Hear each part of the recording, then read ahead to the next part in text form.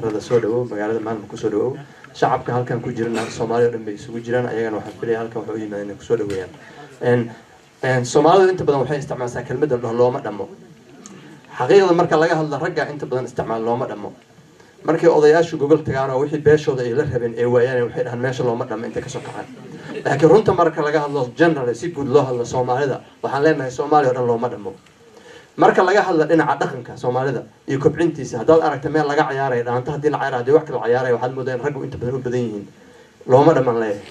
waxaan leeyahay mataqaana siyaasadda golayaasha siyaasadda waxaa la yiri 30% hal la siiyo Soomaalida gabdhaha dumarka hal la siiyo hadii dumarku 30% waa 67 ragga dagaalaalaya cudurraalaya waxyaabo badan baa la isqarxisanaay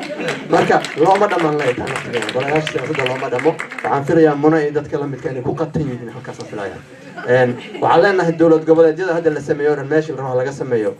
iyaguna waxaan leenahay looma dhamo waayo waxaan ognahay dumarku inay qayb ka yihiin ognahay warbaahintii saxaafadda marka laga hadlo inta badan TV-da dadka madaxda wax kama hadlay dadka wariyaasha mikrofoonada wato laakiin dadka madaxda waxa marka fiiriso rag weyn intooda badan ayaduna waxaan leeyahay looma dhamo dawladda Soomaaliya wali hadda lama arkin prime minister dumar iyo madaxweyne dumar ayaduna waxaan leeyahay looma dhamo waxaan leeyahay wax badan ayaa qabiya oo aan loo dhamin dumarku waxaan leeyahay hadrayin waxaan rajaynayaa muna iyo dadka la midka ah ee ayagu hadda siyaasadda kula jiro inay culeys ka saaran bal inay qayb badan dumarku u soo dhiciyaan haddaana fiirino iskuulada Soomaaliya dumarka iyo wiilasha iyo gabdhaha wax la barayo markaad fiiriso tii wiilasha 78 markaad fiiriso population guud ahaan dumarku waa 67 waxay 70% ardayda fadhisa iskuulada inay noqdaan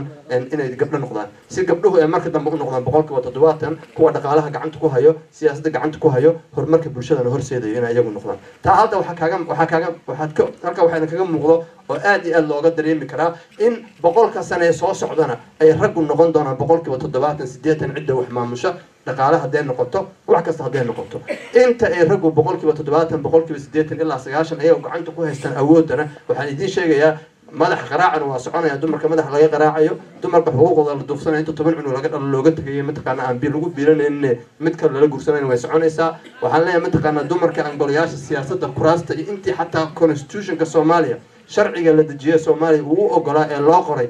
in la siyaaxata loo diidan yahay iska dhaaf